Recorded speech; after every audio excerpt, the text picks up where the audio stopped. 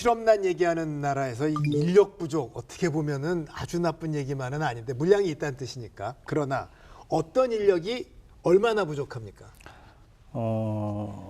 지금 우리나라 건조 능력을 보게 되면 연평균 한 1000만 CDT가 이제 건조할 수 있는 최적의 상태입니다. 그래서 이런 정도의 그 건조를 하려고 그러면 필요한 인력이 한 11만 명 정도 필요한데요.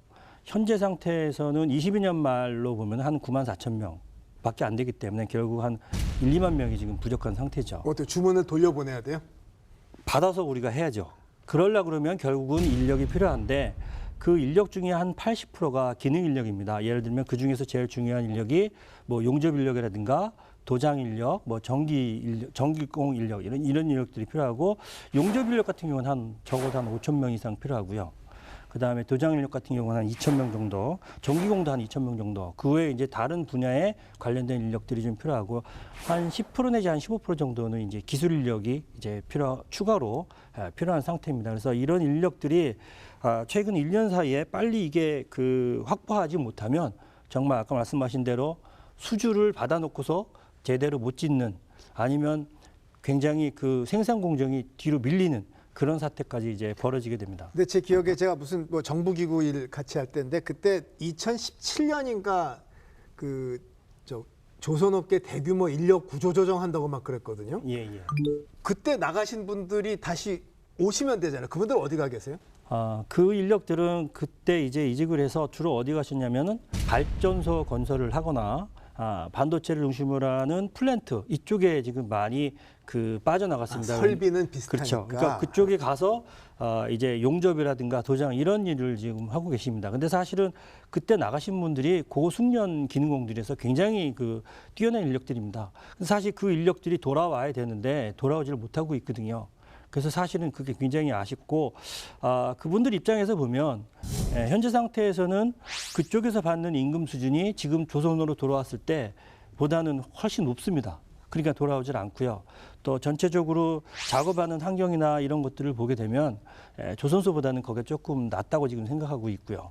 그리고 또 더 근본적으로는 이제 조선 산업이라는 게 아까도 말씀드렸지만 이제 호황이 있고 불황이 있고 그러면 이제 지금 호황이라서 이제 가겠지만 어느 순간에 또 이제 불황 단계가 오면 또 혹시나 또 구조조정의 형태로 해서 또 이를까봐 사실 그런 부분에 있어서 좀 겁을 좀 먹는 것 같습니다. 그러면 대책이 뭐가 있을까요? 외국인 인력을 모셔야 되나요? 어떻게 돼요? 사실은 외국 인력을 먼저 모시기 전에 사실 내국인 인력으로 조금 이제 확보할 수 있으면 해야 되겠죠. 근데 내국 인력은 그래서 용접이라든가 도장이라든가 조금 힘들거나 어려운 일 이런 부분에 대해서는 굉장히 좀 기피하는 경향이 있습니다. 그러다 보니까 결국은 외국 인력에 의존할 수밖에 없고 그렇지만 이것들은 결국은 중장기적으로 보면은 외국 인력에 의존하는 것도 조금 문제가 있습니다. 왜냐하면 어쨌든 그 인력들은 의사소통하는 데 좀 문제가 있을 수 있고요.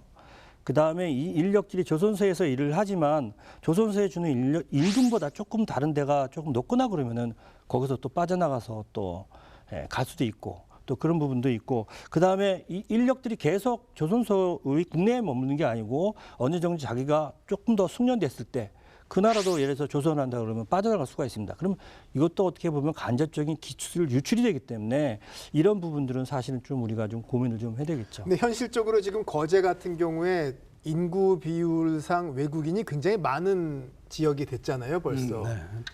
어쩔 수 없는 거 아니에요, 외국인들 모시는 건? 그렇죠. 외국인들이 이 제대로만 일을 해줄 수 있다고 하면은 이제는 개방해야 되겠죠. 근데 지금 뭐 애로가 좀 있나요?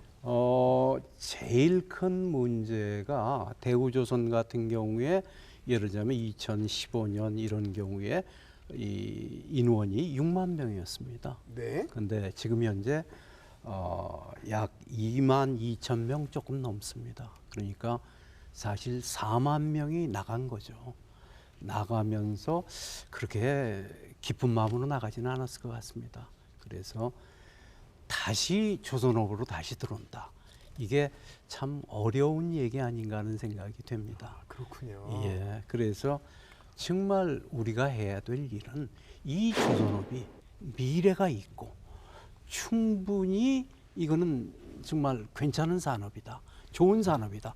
이거를 우리 경영층들이 정말 그를 인식을 시켜줘야 될 것 같아요. 우리 종업원들한테. 그래야지만 인력이 다시 돌아올 거고, 그리고 장기적으로 내가 여기에서 일을 할 수 있는 곳이다. 이런 거를 보여줘야 될 것 같습니다. 김 교수님께서는 각종 기고하실 때 조선 사업이 이제 일본의 사례를 꼭 짚어봐야 된다고 말씀하셨거든요. 예. 어떤 점을 특히 말씀하고 싶으세요? 일본도 과거에 이제 80년대 세계 조선 불황이 됐을 때 구조조정을 했습니다. 두 번의 구조조정을 하면서 설계 역량을 한 50% 줄였습니다. 그 과정에서 인력을 굉장히 많이 줄였어요. 절반 이상을 더 줄였는데 그 이후에 이제 90년대 들어와서 2000년대 오면서 세계 시장이 호황이 되면서 좋아지고 있는데 일본은 이 구조조정 이후에 인력을 더 늘리고 또 생산 역량을 늘려야 되는데 그걸 못했습니다. 특히 왜 못했냐면 거기에 필요한 젊은 신규 인력들이 더 이상 거기에 참여하지를 않았어요. 조선 쪽에. 그러다 보니까 조선에 관련된 학과들도 처음에는 조선해양공학과로 갔다가 이름을 조금씩 바뀌었죠. 환경이나 뭐 토목이나 아니면 제어나 이런 식으로 바꿔가지고 굉장히 많이 탈색이 됐죠. 조선에 대한 전공 부분이. 그런데 결국 우리나라도 지금 현재 자꾸 그런 방향으로 지금 따라가고 있습니다.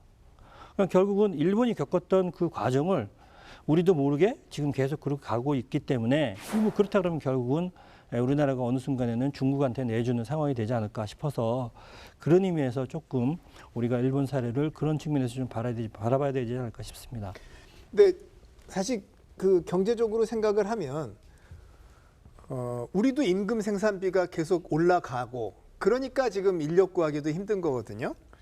그렇다면 결국은 선박 건조의 경쟁력은 한계가 올 수밖에 없는데 뭐 외국인 모시고 또 뭐 어떻게 생산 효율을 높인다고 하지만 좀 더 근본적인 전략이 필요한 거 아니에요? 예, 그래서 최근에는 이제 생산 공정을 자동화하고 스마트하고 디지털화하고 하는 부분에 상당히 많이 연구 개발을 집중을 하고 있습니다.